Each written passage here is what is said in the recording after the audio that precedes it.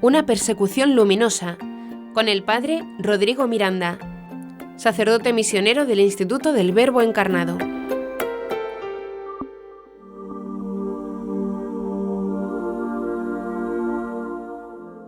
Hola amigos, soy el padre Rodrigo Miranda, sacerdote misionero del Instituto del Verbo Encarnado.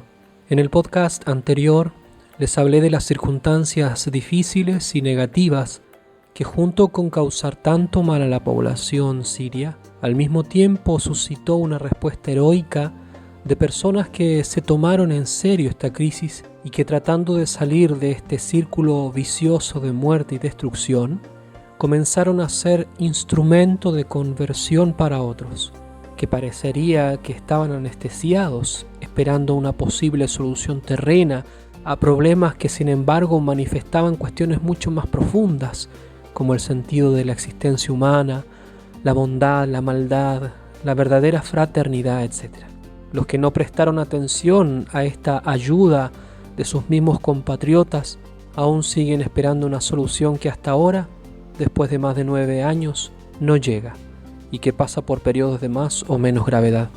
Pero si esta controversia ocurre en el ámbito de los sucesos humanos, que producen efectos en el plano horizontal, secular de la existencia, podemos decir que en el plano de las realidades sobrenaturales, esta situación negativa crece exponencialmente, ya que las consecuencias de un buen o mal comportamiento de los creyentes repercuten en las esferas celestiales y por toda la eternidad.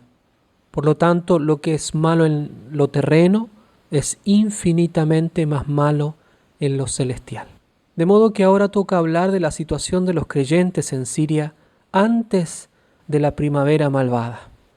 No queremos ser parciales y verlo todo negativamente, sino que para que brille más el testimonio de nuestros hermanos, en lo que ha consistido el grueso número de nuestros podcasts anteriores, es necesario poner en evidencia el estado de la iglesia local y ver la reacción de los cristianos y la llamada a la renovación bajo la luz sapiencial de la inteligencia iluminada por la fe. La iglesia en Siria es bastante particular, es reflejo del mosaico social y de la interculturalidad en la que se fundó esta sociedad. Pudimos conocer y convivir con diversos ritos de la iglesia católica, fuimos testigos de la fuerte presencia de la iglesia ortodoxa y uno que otro protestante. Nos admirábamos del fervor y las manifestaciones públicas de fe y la actividad constante de los fieles. Templos llenos de jóvenes, niños, un buen número de vocaciones sacerdotales, de órdenes religiosas. Pero debemos decir que sea por los siglos de contacto con el Islam, o por tratar de destacarse de él y parecer diferentes, o por la cercanía de Siria al estilo de vida occidental, apertura al mundo, su mentalidad y costumbres, el cristianismo en este país decayó mucho. Pasando de la descripción verdadera pero veloz hecha al principio sobre la vida eclesial local, se llegaba después de un periodo de permanencia atenta y siempre analítica a ver las falencias estructurales y prácticas de la vida de fe. Se percibía cómo habían calado hondamente algunas dañinas costumbres del Islam en los modos de obrar de los cristianos, la mentira, el engaño, la violencia, la lujuria, el deseo de riqueza y poder, etc. Todo con un maquillaje religioso y no eran meramente vicios seculares. Es decir, lo descrito especialmente en el podcast anterior, en el que nos referimos al mundo civil e islámico de Siria. A esto, agreguemos que para distinguirse del mundo islámico, que despreciaban a pesar de esforzarse para convivir en paz, los cristianos usaban de modos y modas bastante mundanas y decayentes.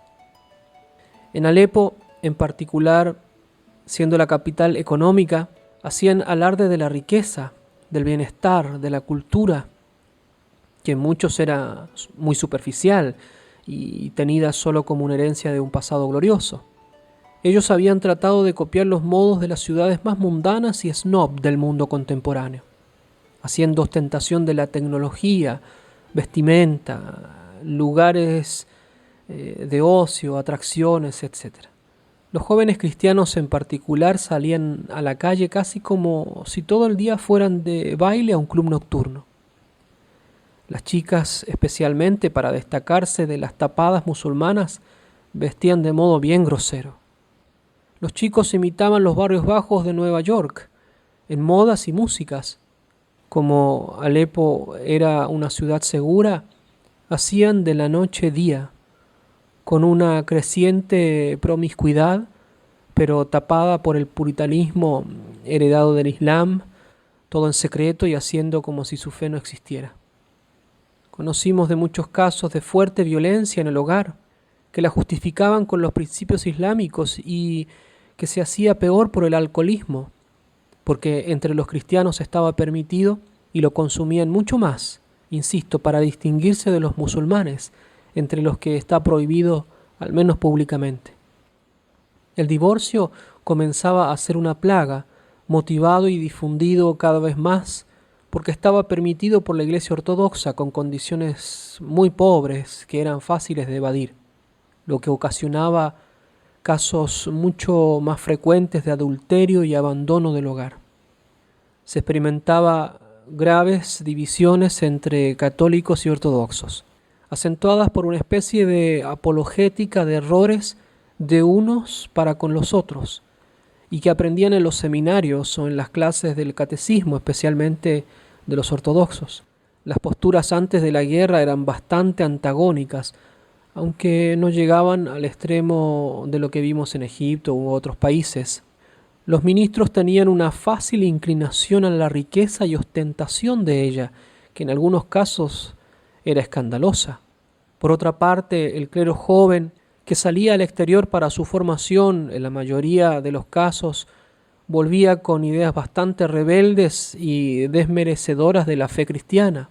Lamentablemente era común encontrarse con curitas jóvenes que recién llegados con sus títulos sacados en las universidades pontificias de Roma, criticaban todo en la tradición universal y local, impulsando ideas progresistas que al poco tiempo causaban gran esterilidad en las comunidades. Les habían lavado el cerebro y ahora eran combatientes modernistas que transmitían la mala formación que habían recibido de tantos profesores y autoridades paradigmáticas que nada tenían de católicos, sino más bien eran promotores de la revolución cultural marxista y racionalista con maquillaje teológico y pastoral. Estos nuevos pastores, con el auspicio del obispo, otras congregaciones de varones y mujeres y curas diocesanos, trabajaban con grupos de jóvenes en voluntariados, que terminaban siempre en cuestiones meramente humanas y hasta infantiles, pero jamás realizaban una acción claramente católica. Transformaban a los chicos y chicas en eternos voluntarios con una voluntad de jalea, una meba, para tomar decisiones más importantes en la vida. A muchos de ellos les vaciaron el deseo de consagrarse a Dios. Era llamativo el caso de los padres jesuitas, que con su prestigio pasado aún contaban con comunidades bien nutridas. Desgraciadamente, como es sabido, habían hace mucho tiempo claudicado en la búsqueda de la verdad objetiva, por una más pragmática y funcional, que les permitía algo que ellos consideraban como diálogo y apertura a otras tradiciones, una relación con el Islam. Era admirable el gran amor y devoción que tenían al Corán, que casi lo citaban más que la Sagrada Escritura, por no decir siempre, como lo escuché tantas veces de sus curas genios y populares antes y durante el conflicto en Siria. Era llamativo como le insistían a los jóvenes de tener contacto con el Islam, no para convertirlos, como pide Jesús, el Evangelio, la vida de los santos mártires, sino para producir una mezcla sincretista que al final siempre estaba inclinada para el Islam. En sus grupos incorporaban prácticas espirituales extremo orientales, bastante discutibles y raras, incluso sancionadas claramente por los textos magisteriales, pero que ellos igualmente ocupaban. En este sentido, en el deterioro de la fe, es interesante el caso del popular padre Dall'Oglio. Luego de un primer momento de entusiasmo y atractivo, se convirtió en una figura que causaba mucha desilusión entre los cristianos, debido a sus proyectos individualistas, palabras y escritos confusos, progresistas y no católicos. Al externo, el mundo y él usufructuaban de esa postura abierta que beneficiaba a la agenda mundial que hablaba en contra del régimen y a la ideología progresista que quiere rebajar nuestra santa religión para ponerla al nivel de otras manifestaciones religiosas. Es la vieja táctica del iluminismo que trata de igualar las religiones, que todas son lo mismo, que no hay un solo Salvador, sino que Cristo es uno más de esas variantes. El padre Dall'Oglio denigró la figura de Cristo en sus escritos online, que luego desaparecieron rápida y misteriosamente, y que personalmente leí todos atentamente. Cuestionó la Dominus Iesus y la manipuló para sus intereses sincretistas, que aún causan tantas acciones caritativas entre sus adherentes progresistas, como lo vemos hoy en la campaña italiana de este año. Antes de la crisis, fue grandemente beneficiado por el gobierno sirio en la construcción de su ecléctico y sincrético monasterio. Luego, con la crisis, comenzó a escupir la mano que le daba de comer. Hacía pactos con los rebeldes, que él mismo publicó en varios videos, no solo de palabras, sino de sangre, cosa que es muy fuerte y extrema en Medio Oriente, y como creo que es fuerte en todo el planeta. Se hizo a sí mismo el héroe del diálogo, el único que comprendía la situación real de la crisis siria. Por eso era invitado a sermonearnos en Europa en contra del régimen. Según esta postura que se atribuyó, pero que nadie secundaba en Siria, porque era ambigua, quiso ir a dialogar con los extremistas, y estos, reconociendo la ambigüedad de este infiel con piel de musulmán, fue capturado, y de ese momento nadie sabe nada más de su paradero. Nosotros igualmente seguimos rezando por su persona y los demás secuestrados por aquellos con los que hacía los pactos. Lo que llama la atención es toda la publicidad que se ha hecho de su caso, cosa que no sucedió con tantos otros casos de obispos, sacerdotes y consagrados en situaciones aún más graves y que hasta hoy no han tenido repercusión pública. Creo que eso nos da el tono de la situación.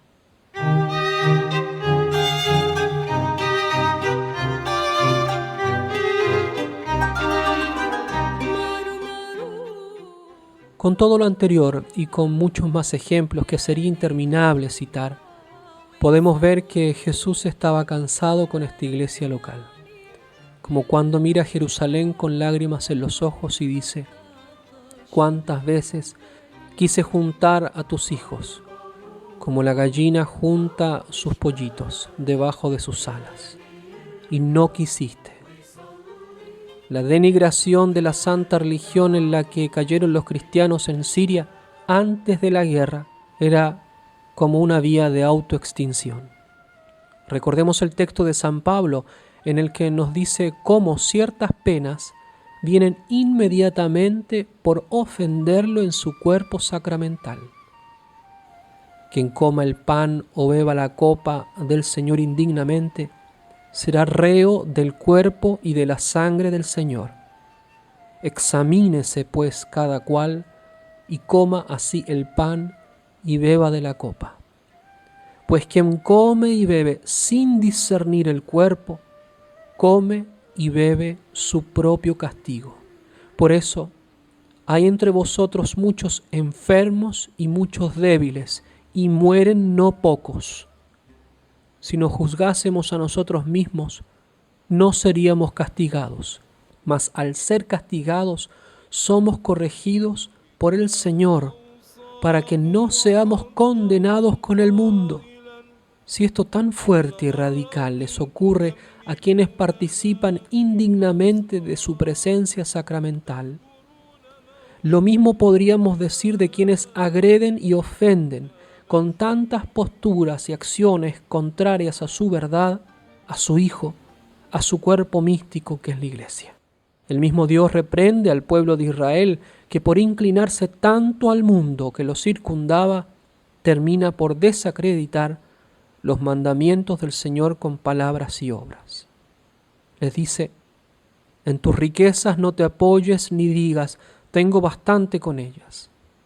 No te dejes arrastrar por tu deseo y tu fuerza para seguir la pasión de tu corazón. No digas, ¿quién me domina a mí? Porque el Señor cierto que te castigará. No digas, pequé, ¿y qué me ha pasado? Porque el Señor es paciente. Del perdón no te sientas tan seguro que acumules pecado tras pecado.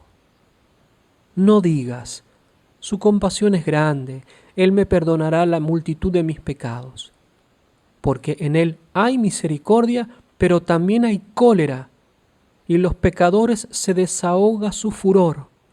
No te tardes en volver al Señor, no lo difieras de un día para otro, pues de pronto salta la ira del Señor y perecerás al tiempo del castigo.